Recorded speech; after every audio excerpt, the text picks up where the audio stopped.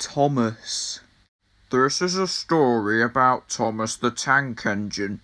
Thomas worked really hard shunting coaches for the big engines, but what he wanted more than anything was his very own branch line. Thomas the Tank Engine had 6 small wheels, a short stumpy funnel, a short stumpy boiler, and a short stumpy dome. He was a fussy little engine, always pulling coaches about. He pulled them to the station, ready for the big engines to take out on journeys. And when the trains came in, he pulled the empty coaches away so that the big engines could have a rest. But what Thomas really wanted was his very own branch line. That way he would be a really useful engine. Thomas was a cheeky little engine. He thought no engine worked as hard as he did, and he liked to play tricks on the others.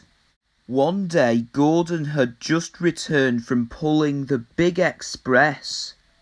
He was very tired and had just gone to sleep when Thomas came up beside him. "Wake up, lazy bones," whistled Thomas. "Do some hard work for a change," and he ran off laughing. Gordon got a terrible shock. He decided he had to pay Thomas back. The next morning, Thomas wouldn't wake up. His driver and fireman couldn't make him start. It was nearly time for Gordon's express to leave. Gordon was waiting, but Thomas hadn't got his coaches ready. At last Thomas started. Oh dear, he yawned. "Poop, poop, poop. Hurry up, you," said Gordon crossly. "Peep, peep, peep. Hurry up yourself," replied Thomas cheekily.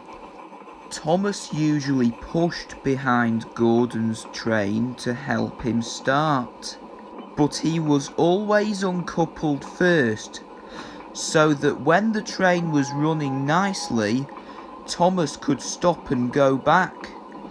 That morning, Gordon saw the perfect chance to pay Thomas back for giving him a fright. He started so quickly that the guards forgot to uncouple Thomas. Gordon moved slowly out of the station, pulling the train and Thomas with him. Then he started to go faster and faster, much too fast for Thomas. "Peep, peep, stop, stop," whistled Thomas.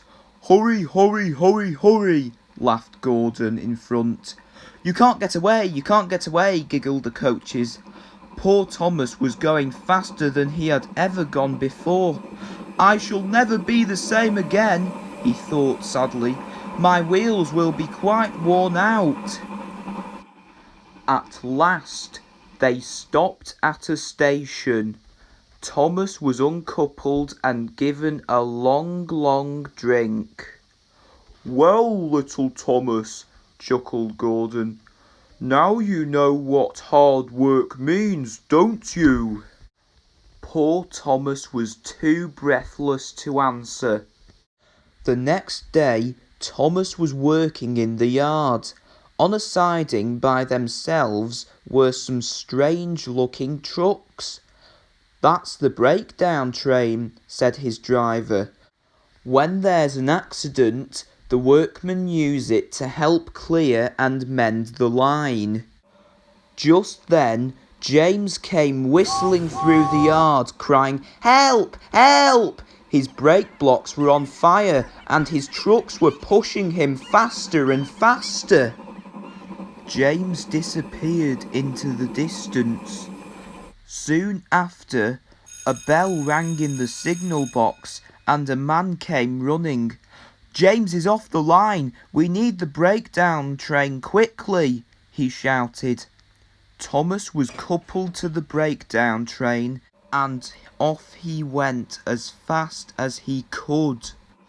"Bother those trucks and their tricks," he said. "I hope James isn't hurt." They found James and the trucks at a bend in the line. James was in a field with a cow staring at him. The brake van and the last few trucks were still on the rails, but the front ones were piled in a heap behind James. James's driver and fireman were checking to see if he was hurt. "Don't worry, James," said his driver. "It wasn't your fault. It was those troublesome trucks." Thomas pushed the breakdown train alongside James. Then he pulled the trucks that were still on the line out of the way. "Oh dear, they groaned. "Serves you right, puffed Thomas crossly. As soon as the other trucks were back on the line, Thomas pulled them away too. He was hard at work all afternoon. Using 2 cranes, the men put James carefully back onto the rails. He tried to move, but he couldn't, so Thomas pulled him back to the shed. The Fat Controller was waiting for them there. "Well, Thomas," he said kindly, "I've heard all about it, and I think you're a really useful engine. I'm so pleased with you that I'm going to give you your very own branch line." "Oh, thank you, sir," said Thomas happily. Now Thomas is as content as can be. He has a branch line all to himself, and he puffs proudly backwards and forwards from morning till night with his coaches Annie and Clarabelle. Edward and Henry stop quite often at the junction to talk to him. Gordon is always in a hurry and does not stop, but he never forgets to say "poop, poop, poop" to Thomas, and Thomas always whistles "peep, peep, peep" in return.